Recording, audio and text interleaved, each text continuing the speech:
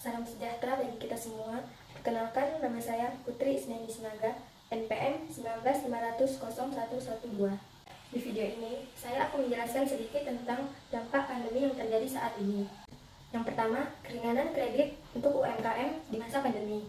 Yang kedua, dampak pandemi terhadap kegiatan ekspor impor. Dan yang ketiga, dampak pandemi terhadap investasi global. Baiklah, langsung saja saya mulai. Yang pertama, keringanan kredit untuk UMKM di masa pandemi. Wabah virus corona atau COVID-19 menyebar cepat di Indonesia.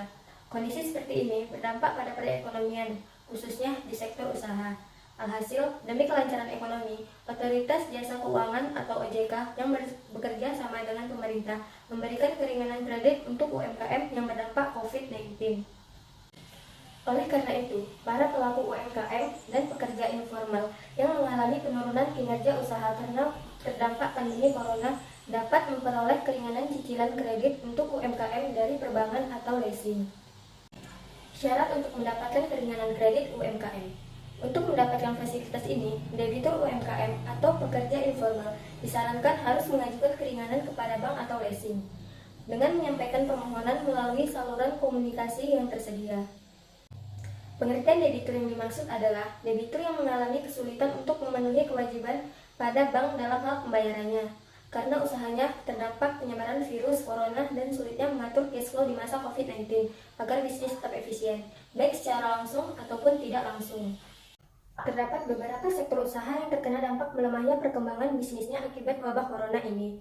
Sektor usaha yang menjadi sasaran kebijakan keringanan kredit untuk UMKM ini antara lain pariwisata, transportasi, perhotelan, perdagangan, pertanian, dan pertambangan. Adapun keringanan yang dimaksud dapat diberikan dalam periode 1 tahun dalam bentuk penyesuaian pembayaran cicilan pokok atau bunga, perpanjangan waktu atau hal lain yang ditetapkan oleh bank atau perusahaan pembiayaan leasing. Langkah mendapatkan keringanan kredit untuk UMKM. Pertama, para debitur harus mengajukan permohonan restrukturisasi ke bank atau leasing atau perusahaan pembiayaan yang dapat disampaikan online. Debitur dihimbau untuk tidak mendatangi kantor bank atau leasing. Yang kedua, para debitur bisa mengikuti pengumuman yang akan disampaikan bank atau leasing melalui situs web atau sales center resmi. Ketiga, selanjutnya bank atau leasing akan melakukan penilaian untuk verifikasi kelayakan debitur mendapat keringanan. Keempat, leasing maupun bank akan memberikan restrukturisasi bahkan keringanan berdasarkan profil debitur. Perlu diketahui bahwa keringanan kredit untuk UMKM ini tidak diberikan kepada seluruh debitur dan pelaku UMKM. Hal ini diberikan hanya untuk yang benar-benar usahanya terdampak COVID-19 saja dan mengalami omset yang menurun sehingga kesulitan dalam pembayaran cicilan kreditnya. Yang kedua, dampak COVID-19 terhadap kegiatan ekspor impor. Pandemi COVID-19 memberi dampak pada sektor ekonomi khususnya perdagangan internasional ekspor impor. Penerapan pembatasan pergerakan seperti PSBB atau istilah kerennya social distancing memang tidak berpengaruh langsung pada arus ekspor dan impor, melainkan pada kegiatan produksi negara mengekspor maupun mengimpor. Cina sebagai negara pembawa virus mengalami penurunan tingkat ekonomi. Hal tersebut secara tidak langsung berdampak pada perekonomian Indonesia seperti negara yang bergantung pada komoditi Cina. Dampak dari pandemi dapat dilihat terhadap segala kegiatan masyarakat, terutama dalam bidang ekonomi, ekspor dan impor yang melibatkan dua negara.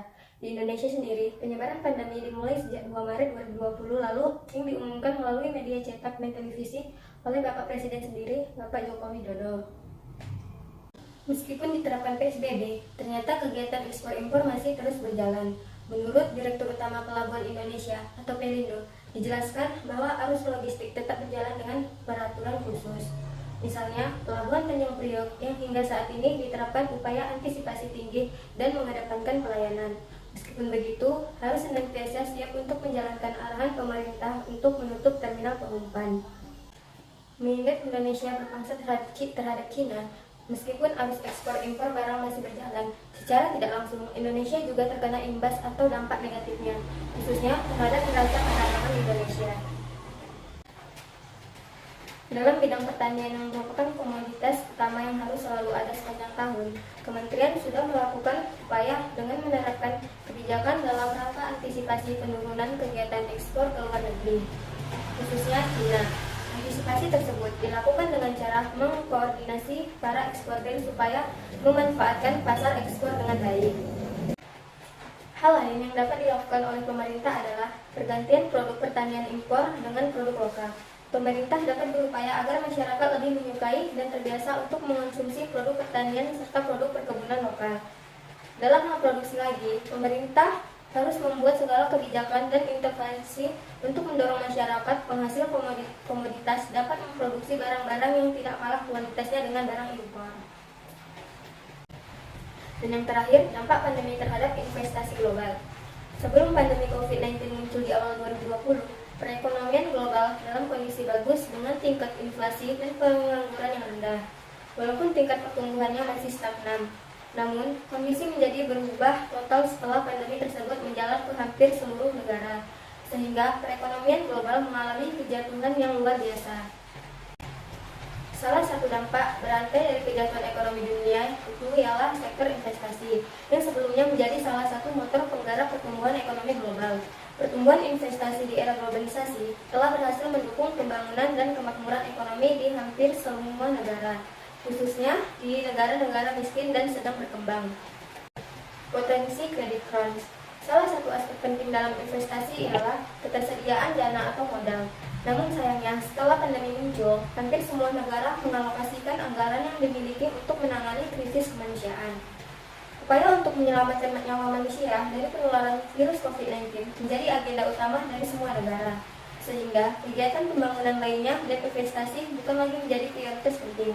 Apabila kegiatan investasi tetap harus dijalankan, perlu dicermati mengenai sumber pembiayaannya dari mana, khususnya untuk investasi yang memerlukan biaya besar. Turunnya kredit rating. Selain perbankan, pasar modal juga menjadi alternatif lain dalam pembiayaan investasi global. Peran pasar modal sebagai sumber dana untuk pembiayaan dan investasi melalui penerbitan saham dan obligasi oleh korporasi belum sepenuhnya optimal selama pandemi berlangsung. Permasalahan utama ialah belum tentu sepenuhnya terserap pasar dan faktor kredit rating dari korporasi tersebut. Era kebangkrutan korporasi sudah menunggu di depan mata akibat pandemi, sehingga kredit rating dari korporasi mengalami penurunan. Prospek ke depan. Dengan melihat fakta-fakta tersebut, upaya pemulihan ekonomi global melalui pembiayaan dari jalur investasi tampaknya sulit diwujudkan dalam waktu yang cepat. Kesulitan likuiditas global telah menghantui semua negara, tidak terkecuali negara-negara maju, sehingga perlu dicarikan jalan keluar atau terobosan baru. Upaya ini sudah mendesak sekali dan diharapkan dapat memulihkan kembali perekonomian global dalam jangka pendek dan menengah. Melemahnya pembiayaan untuk investasi global juga memiliki dampak yang luar biasa terhadap Foreign Direct Investment atau FDI, khususnya bagi negara-negara yang sedang berkembang termasuk Indonesia. Demikian video dari saya, hanya ini yang dapat saya sampaikan. Jika ada kesalahan, saya mohon maaf yang sebesar-besarnya. Tetap patuhi protokol kesehatan dan jangan lupa pakai masker. Sekian dan terima kasih.